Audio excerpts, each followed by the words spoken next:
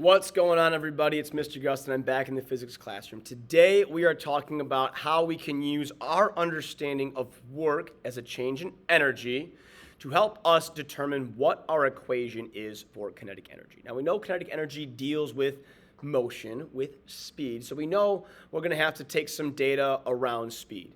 But what we are going to do, because we don't know the equation for kinetic energy, is rely on our equation up here, our work energy theorem, to go ahead and determine what is the relationship between kinetic energy and speed, and we'll develop our equation from there graphically with our data analysis. So we're going to use this simulation here, and it's in your packet, and if not, it's on the physics aviary. I just Google search Wally Kinetic Energy Lab, and this shows up first on the physics aviary website, so you can go ahead and do that as well.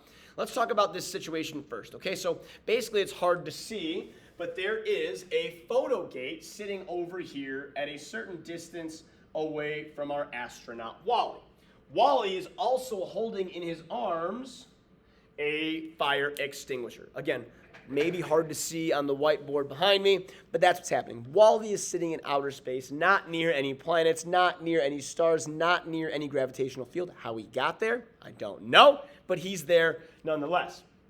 What's going to happen here is that when I hit this activate button on my screen, Wally is going to have a force applied to him.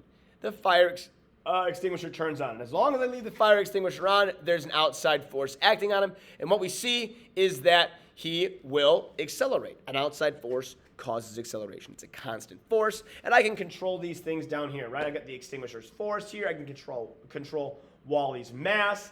I have a maximum speed value here, and I have a maximum energy value here.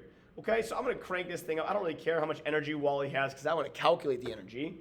And I'm going to hold the fire extinguisher set at 15 newtons. The maximum speed, let's crank this guy up because I don't care how fast he goes either. I want to be in control of how much energy he gains, and I want to be in control of how much, what his velocity is at the end. So before we can begin, let's think about how I can use work to determine kinetic energy of Wally. So let's start from the beginning. I'm going to call this point over here A.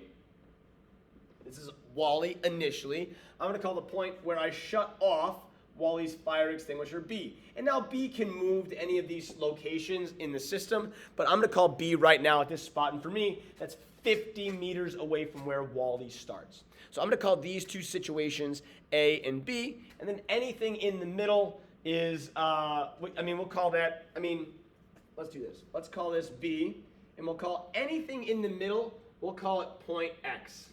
Anything in the middle. This whole middle section we can call X, all right? So let's go ahead and analyze this. If I think about the forces acting on Wally at point A, when I first hit activate, there are no forces. As soon as Wally hits start, now there's a force. It acts over that distance X, and I can shut off Wally's fire extinguisher when he does reach B. Let's draw an FBD. So initially, we have Wally right here at point A, and the speed of Wally is 0 meters per second. There is a force being applied on him, pushing him this way. It's the force of the extinguisher, and that force is applied on Wally the entire time over this distance X, the force of the extinguisher. Finally, at point B, the velocity now is greater than 0, but the force acting on him is 0. So we move across the screen with a force starting from rest. Now we're speeding up because the extinguisher force, and finally we turn the extinguisher off, and Wally has some velocity. This is my picture. Let's go ahead and analyze this using our energy terms, using our work as change in energy. So if we think about the energies present in Wally over here, Wally can't have a potential energy that's able to do work. Number one, because there's no surface for gravitational potential energy. There's not two objects that would pull Wally in. The fire extinguisher is not part of Wally. The fire extinguisher has potential energy, chemical potential energy, but that's not inside Wally. We are only focused on Wally as my system. So let's check that out. Let's go up here, right here. Wally is my system, and Wally's the astronaut. Is just Wally. So initially, at point A, Wally has 0 joules of energy. Over here at point B, if I'm writing my equation, at point B, Wally has kinetic energy. He is moving. there must be something done. There was no energy, and now there's energy. If I think back to my work energy theorem, if there's a change in energy, there must be work done. There must be a force applied on Wally over some distance. What is that force? Well, that is going to be over this position X, or over this location X. It's going to be work done by the fire extinguisher. This is the work done on Wally. It is positive work because notice Wally is moving to the left and the force is applied to the left. If they're in the same direction, they're going to be an increase in energy in Wally. So this is what I see. And if I break this down, I'm still trying to figure out, how do I determine the amount of kinetic energy? I know that the work done on Wally is equal to the final kinetic energy, but how can I calculate it? So I go back to my work energy theorem equation and I say, okay, do I know the force of the extinguisher? Do I know the distance that that force was applied over? And what angle exists between that force and that distance it was applied over? Because that is going to be equal to my kinetic energy.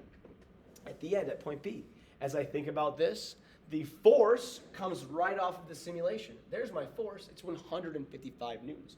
What is the distance? Well, I can measure the distance from where Wally started to where Wally is at when I turn the fire extinguisher off. Because again, wherever the force is applied, I want to measure that distance. And for us, it is a 50-meter distance. I've got 155. I've got 50 meters of that force being applied. And then the angle between the force, which is here, and the distance it moves, and they're in the exact same direction. They are parallel lines. That angle between those two vectors is 0. So if I go ahead and solve this, I've got 155 newtons times a 50-meter distance times cosine of theta. This is my kinetic energy in Wally at point B. Now, I don't have a calculator handy. I do know cosine of 0 is 1. So this is going to become 1, positive 1, which helps me understand why energy is added, because it's positive 1. And then I would take 50 times 155, and that would tell me the kinetic energy in Wally. Okay? So we can go ahead now and take various measurements. We can hold force constant. We can apply that force over various distances. And then finally what we can do is use this photo gate right here to check and see, okay, what is my change in position over time? That's going to be my final speed over here. The goal of this experiment is going to be to figure out what is the graphical and mathematical relationship between kinetic energy and the speed of Wally. So, at home, on your own time, right now, go ahead and take some data. Let's hold force constant. Let's change the distance that we apply that force over. Let's generate this graph. Let's solve for all the kinetic energies based on works. Let's go ahead and measure all of the velocities over here, and let's go ahead and plot those points. We'll see the relationship. We may need to linearize data, then analyze our slope and answer our analysis questions. But this is the experiment. This is how it works, and hopefully you have a better understanding of how we can go from work to solving kinetic energy, or a final energy of a system. If you got questions, drop them in the comments or ask me in class. But until next time, see ya!